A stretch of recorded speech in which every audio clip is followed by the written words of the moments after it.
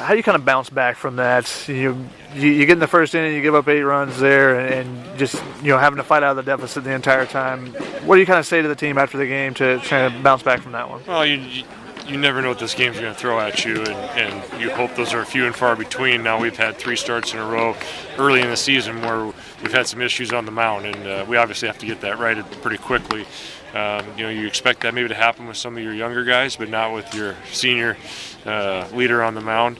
But it happens. I was more concerned, not covering first base, not taking care of that. We got picked off twice in a 10-run game at second base. Probably not good.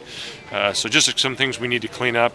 But again, we have some different pieces at different positions. There's probably going to be some growing pains. I wasn't expecting this many, but we have some tough boys in this team, and we'll bounce back tomorrow.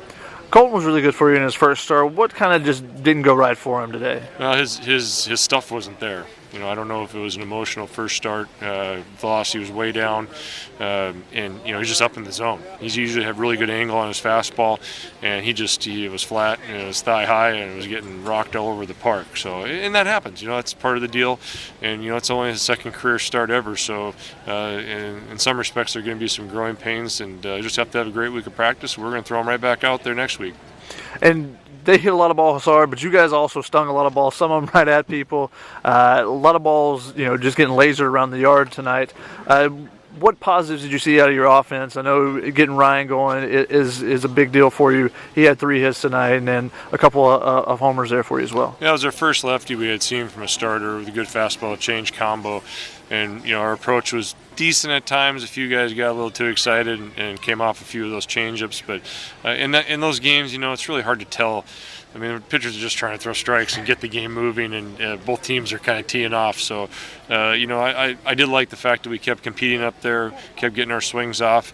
Defensively, we did okay considering the wet conditions, and the focus can lose it a little bit. And I thought Ben Miller made some great plays at first base, and just it's one of those things where you try and find as many positives, and you flush the rest of it down the toilet and go for the next day.